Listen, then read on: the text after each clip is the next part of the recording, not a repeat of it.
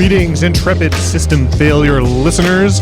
Nate here with your weekly essay read, this one entitled The Meaning of Freedom, and subtitled An Untold Story of Debt Forgiveness in the Bronze Age. This part of the system failure constellation of ideas explores how the fall of Rome shaped Christianity. Death and rebirth are central to that religion, both in its mythology, the story of Jesus is about coming back from the dead, and in its history.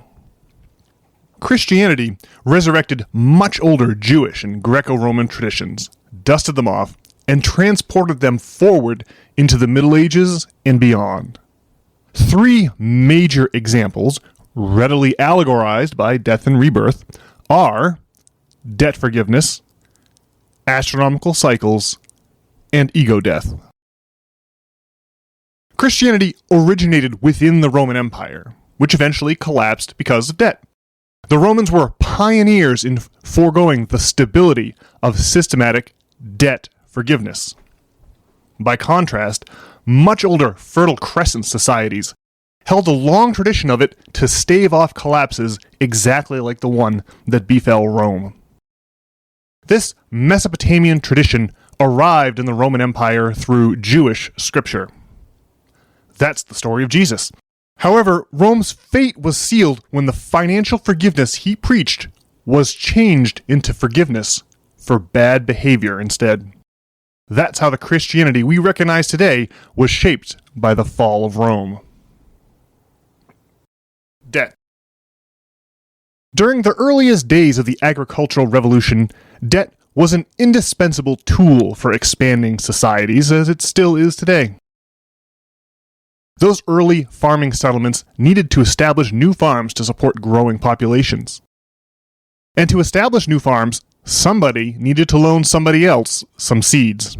There was no way around it. Once the new farm was up and running, the borrowed seed corn plus a little interest could be returned to its original owner.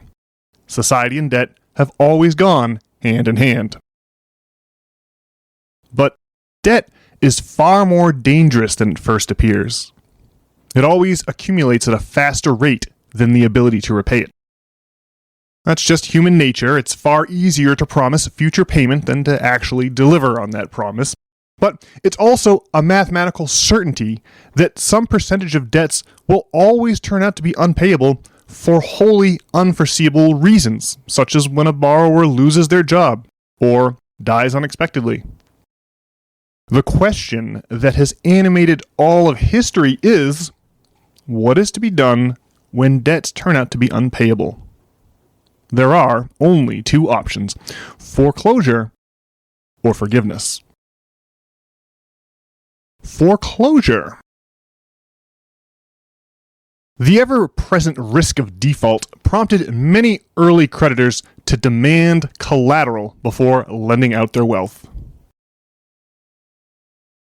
But it was the dawn of human society, and people had little to put up besides their land and themselves. Defaulters were often obliged to work for their creditors as slaves until they paid off their debt. Freedom is chiefly an economic concept. The cleverest creditors realized that they could become far wealthier through foreclosure than by merely collecting interest on their wealth. They had only to make collateralized loans and wait for the inevitable flood, famine, war, or drought to render vast swaths of agricultural debt impossible to repay. Through foreclosure, they could then take possession of all the land and all the people put up as collateral. Forgiveness. The kings of early Mesopotamian societies understood that debt represented an existential threat. They couldn't afford to have their subjects enslaved by private creditors because those subjects were sorely needed for public works and defense of the kingdom. There was also the risk that creditors could grow wealthy enough to challenge the king's power directly. Additionally, those first city-states were relatively small. Poor farmers who fell into hopeless debt could simply move to a neighboring city-state for a fresh financial start. Therefore, the Mesopotamian kings had a powerful incentive to keep the economic game from becoming too lopsided. The solution was periodic debt forgiveness. When a new king took the throne, he wiped out debts by raising a symbolic torch of freedom. They also canceled debts at regular intervals or when inevitable floods, famines, wars, and droughts disrupted their economies. By resetting the financial scoreboard every so often, the kings of the Fertile Crescent maintained everyone's incentive to keep playing the game. That practice was crucial to maintaining a stable society. The Code of Hammurabi is the legal code of that Babylonian king. Law number 48 commands, quote, "If a man has a debt lodged against him, and the storm god Adad devastates his field, or a flood sweeps away the crops, and there is no grain grown in the field due to insufficient water, in that year he will not repay grain to his creditor." It clearly illustrates the tradition of debt forgiveness that stabilized Babylonian society for centuries. Liberty. Liberty was the rallying cry of both the American and French revolutions, and those movements drew upon the oldest symbols of economic freedom to make their points.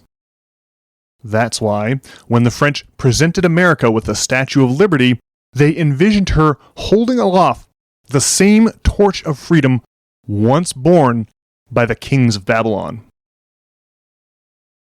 In addition, the Liberty Bell, hanging in Philadelphia, has Leviticus chapter 25, verse 10 engraved on it.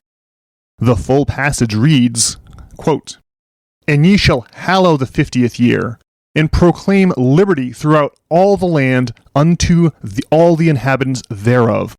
It shall be a jubilee unto you, and ye shall return every man unto his possession, and ye shall return every man unto his family."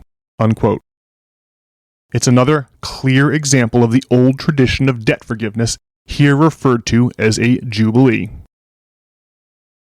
The interesting thing about this passage is that it comes from the Old Testament, which means that the Mesopotamian tradition of debt forgiveness made it into the Bible. How it got from the Fertile Crescent into Jewish scripture is a fascinating story for next week.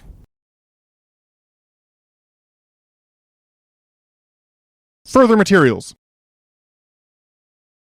A study of the long sweep of history reveals a universal principle to be at work. The burden of debt tends to expand in an agrarian society to the point where it exceeds the ability of debtors to pay. That has been the major cause of economic polarization from antiquity to modern times. The basic principle that should guide economic policy is recognition that debts which can't be paid won't be. The great political question is, how won't they be paid? That's from Michael Hudson's excellent book, And Forgive Them Their Debts, from 2018, and the quote can be found on page 16.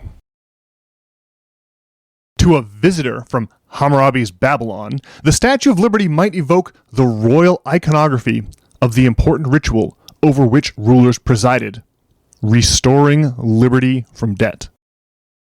The earliest known reference to such a ritual appears in a legal text from the 18th century BC. A farmer claims that he does not have to pay a crop debt because the ruler, quite likely Hammurabi, who ruled for 42 years from 1792 to 1750 BC, has, quote, raised high the golden torch, unquote, to signal the annulling of agrarian debts and related personal barley obligations. That passage also from Michael Hudson, also from his excellent book, And Forgive Them Their Debts, of 2018. That passage can be found on page 33.